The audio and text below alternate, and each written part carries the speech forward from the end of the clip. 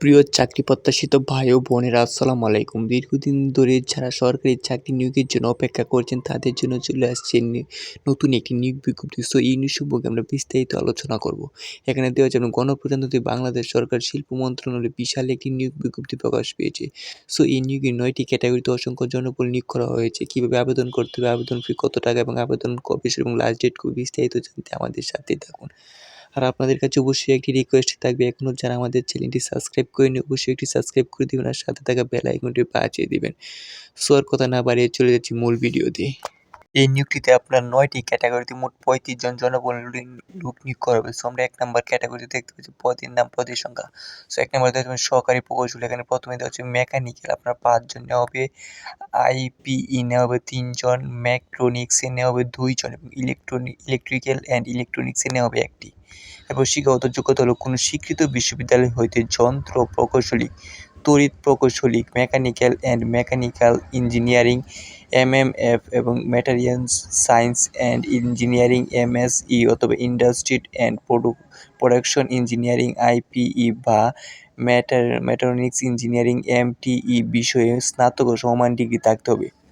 এরপর এটা বেতন হচ্ছে আপনার ২,০২২,০০০ থেকে আপনার ৫৩,০৬০ টাকা এবং সরকারি নিয়ম অনুযায়ী অন্যান্য ভাতাদি প্রদান করা হবে। ২ নম্বরে দেওয়া হচ্ছে আপনার সহকারী পরিচালক, আপনার এটা পদ সংখ্যা ১টি। শিক্ষাগত যোগ্যতা হলো কোনো স্বীকৃত বিশ্ববিদ্যালয় হইতে স্নাতকোত্তর বা সমমানের ডিগ্রি সহ সংশ্লিষ্ট কাজে ২ বছর অভিজ্ঞতা, বা কোনো স্বীকৃত বিশ্ববিদ্যালয় হইতে স্নাতক বা সমমান ডিগ্রি সহ প্রশাসনিক কাজে ৩ বছর অভিজ্ঞতা। এবারে বেতন হবে নবম গ্রেডে বেতন হবে ২২,০০০ থেকে ৫৩,০৬০ এবং তৎসহ সরকারি নিয়ম অনুযায়ী অন্যান্য ভাতাদি পাবেন। ৩ নম্বরে দেওয়া হচ্ছে অফিস রক্ষক অফিসার, এর পদ সংখ্যা ১টি। শিক্ষাগত যোগ্যতা কোনো স্বীকৃত বিশ্ববিদ্যালয় হইতে হিসাব বিজ্ঞান বা ফাইন্যান্স বিষয়ে স্নাতকোত্তর বা সমমান ডিগ্রি এবং সংশ্লিষ্ট কাজে ২ বছরের অভিজ্ঞতা থাকতে হবে। এটার বেতন হচ্ছে নবম গ্রেডে আপনার ২২,০০০ থেকে ৫৩,০৬০ টাকা। তারপর ৪ নম্বরে দেওয়া হচ্ছে আপনার সাব অ্যাসিস্ট্যান্ট ইঞ্জিনিয়ারিং মেকানিক্যাল, পদ সংখ্যা ৫টি, ইলেকট্রিক্যাল পদ সংখ্যা ৩টি এবং ইলেকট্রনিক্স পদ সংখ্যা ২টি, মেকাট্রনিক্স পদ সংখ্যা ২টি, অটোমোবাইল পদ সংখ্যা ১টি। শিক্ষাগত যোগ্যতা কোনো স্বীকৃত প্রাতিষ্ঠানিক ইন্সটিটিউট হইতে যন্ত্র প্রকৌশলী, তড়িৎ প্রকৌশলী, অনুরূপ প্রকৌশলী বিষয়ে ডিপ্লোমা এবং সংশ্লিষ্ট কাজে ২ বছর অভিজ্ঞতা থাকতে হবে। এটা দশম গ্রেডে বেতন পাবেন আপনার ১৬,০০০ থেকে ৩৮,৬৪০ টাকা। ৫ নম্বরে দেয় অডিটর, এটার পদ সংখ্যা ১টি। শিক্ষাগত যোগ্যতা কোনো স্বীকৃত বিশ্ববিদ্যালয়তে বাণিজ্য অনুষদের যে কোনো বিষয়ে ন্যূনতম ২য় শ্রেণী বা সমমান সিজিপিতে স্নাতক বা সমান ডিগ্রি থাকতে হবে। সংশ্লিষ্ট কাজে ২ বছর অভিজ্ঞতা থাকতে হবে। এটা ১১তম গ্রেডে বেতন হবে ১২,৫০০ থেকে ৩০,২৩০ টাকা। ৬ নম্বরে দেওয়া হচ্ছে হিসাব রক্ষক, এটার পদ সংখ্যা ২টি। শিক্ষাগত যোগ্যতা কোনো স্বীকৃত বিশ্ববিদ্যালয়তে বাণিজ্য অনুষদের যে কোনো বিষয়ে ন্যূনতম ২য় শ্রেণী সমান ডিগ্রিতে স্নাতকোত্তর সমান ডিগ্রি থাকতে হবে। সংশ্লিষ্ট কাজে ২ বছর অভিজ্ঞতা থাকতে হবে এবং ১১তম গ্রেডে বেতন হবে ১২,৫০০ থেকে ৩০,২৩০ টাকা। ৭ নম্বরে দেওয়া হচ্ছে প্রশাসনিক কর্মকর্তা, পদ সংখ্যা ২টি। এটা শিক্ষাগত যোগ্যতা কোনো স্বীকৃত বিশ্ববিদ্যালয় হইতে ন্যূনতম ২য় শ্রেণী বা সমমান সিজিপিতে স্নাতক বা সমমান সিজি ডিগ্রি, সংশ্লিষ্ট কাজে ২ বছরের বাস্তব অভিজ্ঞতা থাকতে হবে। এরপর এটা ১১তম গ্রেডে বেতন পাবেন আপনার ১২,৫০০ থেকে ৩০,২৩০ টাকা। ৮ নম্বরে দেওয়া হচ্ছে কম্পিউটার অপারেটরের পদ সংখ্যা ৩টি। এটা শিক্ষাগত যোগ্যতা সরকারি প্রাতিষ্ঠানিক কম্পিউটার পার্সোনাল নিয়োগ বিধিমালা ২০১৯ অনুযায়ী কোনো স্বীকৃত বিশ্ববিদ্যালয় হইতে বিজ্ঞান বিভাগে স্নাতক অথবা সমমান ডিগ্রি এবং তফসিল ২ এর উল্লেখিত পরীক্ষায় উত্তীর্ণ থাকতে হবে। এরপর এটা বেতন হবে ১৩তম গ্রেডে বেতন হবে ১১,০০০ থেকে ২৬,৫৯০ টাকা। এরপর সর্বশেষ ৯ নম্বরে দেওয়া হচ্ছে নিম্ন সহকারী কাম কম্পিউটার মূর্ধনিক, এটার পদ সংখ্যা ১টি। এটা শিক্ষাগত যোগ্যতা কোনো স্বীকৃত বোর্ড হইতে উচ্চ মাধ্যমিক সার্টিফিকেট বা সমান পরীক্ষায় উত্তীর্ণ অথবা এইচএসসি পাস করলে আবেদনটি করতে পারবেন।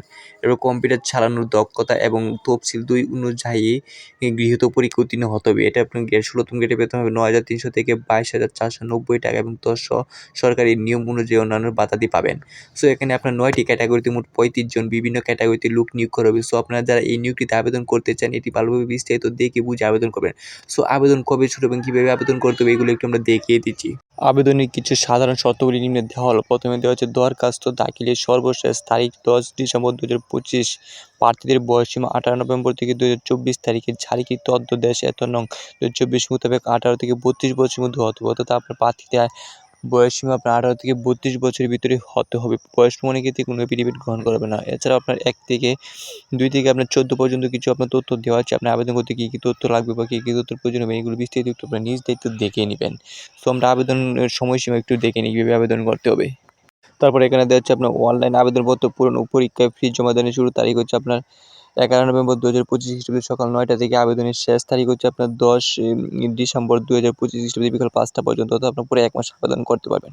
উক্ত সময়সীমার মধ্যে ইউজার আইডি প্রার্থীগণ অনলাইন আবেদনপত্র সাবমিটের সময় থেকে পরবর্তী 72 ঘন্টার মধ্যে SMS এর মাধ্যমে পরীক্ষা ফি জমা দিয়ে দিতে হবে। এছাড়া আপনার প্রার্থী রঙিন ছবির দৈর্ঘ্য 300 এবং প্রস্থ 300 পিক্সেল এবং স্বাক্ষরের দৈর্ঘ্য 300 এবং প্রস্থ 80 পিক্সেল স্ক্যান করে নির্ধারিত স্থানে আপলোড করতে হবে এবং ছবির সাইজ সর্বোচ্চ 100 কেবি এবং স্বাক্ষরের সাইজ সর্বোচ্চ 60 কেবির মধ্যে হতে হবে। এরপরে আপনি আবেদন করতে কত টাকা খরচ হবে এগুলো একটু দেখে নিই। এখানে দেওয়া হচ্ছে অ্যাপ্লিকেশন কপিতে আপনার ইউজার আইডি 1 থেকে 4 নং ক্রমিকের জন্য আপনার 200 টাকা দিতে হবে এবং 4 বিস্তার 30 টাকা, সহ আপনার 230 টাকা দিতে হবে এবং 5 থেকে 7 নং আবেদনের জন্য 150 টাকা এবং অনলাইন সার্ভিস চার্জ 18 টাকা সহ আপনার 168 টাকা দিতে হবে। এবং 8 থেকে 9 নং আবেদনের জন্য আপনার হচ্ছে আপনার 100 টাকা এবং আবেদন সার্ভিস চার্জ আপনার 12 টাকা, 112 টাকা দিতে হবে। অর্থাৎ আপনার 1 থেকে 4 নং আবেদনের জন্য আপনার 200 টাকা এবং 5 থেকে 7 নং আবেদনের জন্য আপনার 150 টাকা এবং 8 থেকে 9 নং আবেদনের জন্য আপনার 100 টাকা দিতে হবে। সো আপনার টেলিটক মোবাইল নাম্বারের মাধ্যমে আপনার আবেদন ফি জমা দিতে পারবেন। সো নিচে আপনি কীভাবে টাকাটি পেইড করবেন এটি নিচে কিছু সিস্টেম দেওয়া আছে, এগুলো একটু দেখে নেবেন। এছাড়া নিয়োগ সম্পর্কে এখানে আরও অনেক কিছু তথ্য দেওয়া আছে, এগুলো বিস্তৃত দেখে তারপর নিজের আবেদন করুন। সো আবারও বলে দিচ্ছি, আপনার আবেদন শুরু হবে আপনার 11 নভেম্বর থেকে, আপনার আবেদন শুরু এবং 10 ডিসেম্বর আবেদন শেষ হবে। সো এখানে আপনার 9টি ক্যাটাগরিতে মোট 35 জন জনবল নিয়োগ করা হবে। সো এখানে আপনার নবম গ্রেড থেকে আপনার বেতন পাবেন আপনার 10ম থেকে 11তম গ্রেড পর্যন্ত বেতন পাবেন। সো আপনারা এটি একটি ভালো একটি সরকারি স্থায়ী পদ। সো এই নিয়োগে যারা আবেদন করতে চাচ্ছেন দ্রুত আবেদন করবেন। সো এটি আপনি এইচএসসি পাস করলে আবেদনটি করতে পারবেন। সো এটা আপনার আবেদনের শেষ পৃষ্ঠা। সো সকলেই ভালো থাকবেন। আর আপনাদের কাছে অবশ্যই একটি রিকোয়েস্ট, এখনও যারা আমাদের চ্যানেলটি সাবস্ক্রাইব করেনি অবশ্যই একটি সাবস্ক্রাইব করে দিবেন আর সাথে থাকা বেল আইকনটি বাজিয়ে দিবেন। সো সকলেই ভালো থাকবেন। আসসালামু আলাইকুম।